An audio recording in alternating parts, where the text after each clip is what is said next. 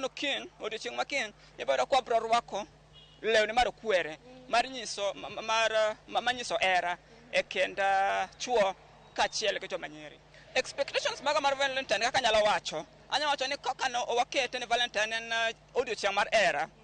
En odiochieng' monego bed ni watiyo godo ka walimo go jogo ma jotuo mane e osuptende kendo watero ne gik manya wacho ni gifts, watero ne mich, wadhi wago ne shopping, walimo orphanage homes, watero ne mich mopogore opogore. Valentine en chieng' johera, jomoherore.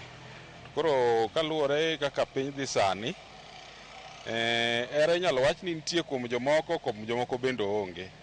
Gi joma sani matindo moko nitie moketo ma hera no oketo yore mar yuto ma ong'e maber ni en samoro en gi sugar daddy kamoro kata samoro sugar mami kamoro ma koneno koduono to nyalo goye kata simu tioro ne gimoro. Koro gima lich ni chieng' ma en chieng' Valentine no ji nyalo bedo together kata osebedo ni ochodho gik moko kuomi kamano, ubedo pamoja to ungiso hera kata uwuondoru. Koro wawacho ni odiochieng' no kalo kamano. Odiochieng' mar Valentine ni kuoma en normal day nikech aparo ni wach hera kihero ng'ato onego bed ni show love pile pile.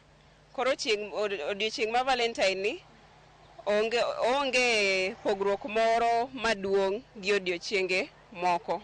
Hera masani anyalo wacho ni ihero ng'ato kineno benefit madhi kuom ng'ani ineno. Ok apar ka nitie genuineness moro nikech iyudo ka sani nyiri matin kaka wan ok wadwa herre gi age mates wa nang'o nikech samoro gionge pesa, samoro ionge experience no. Koro wan gima waneno mostly en mana pesa no, ang'o madhi yudo kuom ng'ani.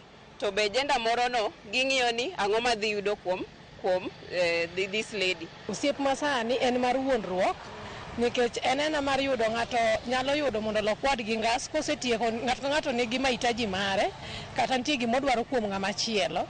Koro iyudo ka gima odwaro cha koseyudo to oduogo weyo ng'ano nikech gima nodwaro cha mane en go gi aja nok en aja gi hera. Aparo ni odiochieng' no ji duto mahero abiro nyiso gi kit hera mahero gi godo. Hera mo antie sani ten mana nyisruok, onge hera mana dandan wawachi, en mana nyisruok e mbui kanyo.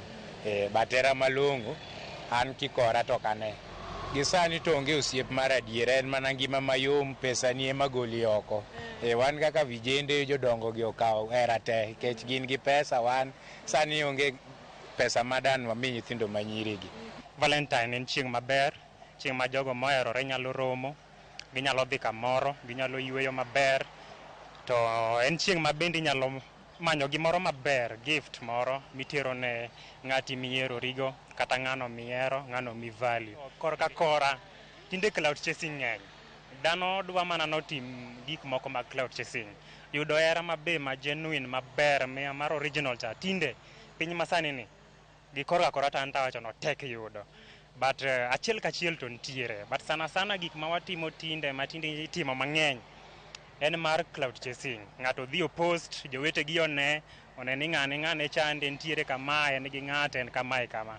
Okay, because it's Valentine, it's meant to be celebrated by lovers. So when you talk about love, it's not about into ladies' sides only.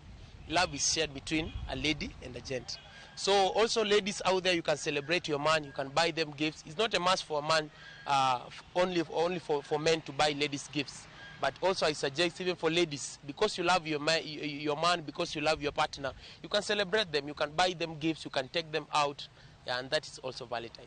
Okay, on the Valentine Day, according to my own expectation, maybe here in Kisumu, yes, I expect people maybe to take their partners out. I expect to see people in pairs, maybe in town, working together. Yeah, I expect to see these big hotels together with big supermarkets filled with people.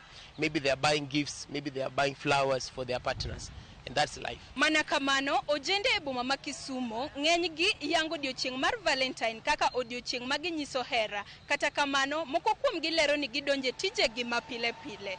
Ko kamano taduoko ni e studio. Ko e boma ma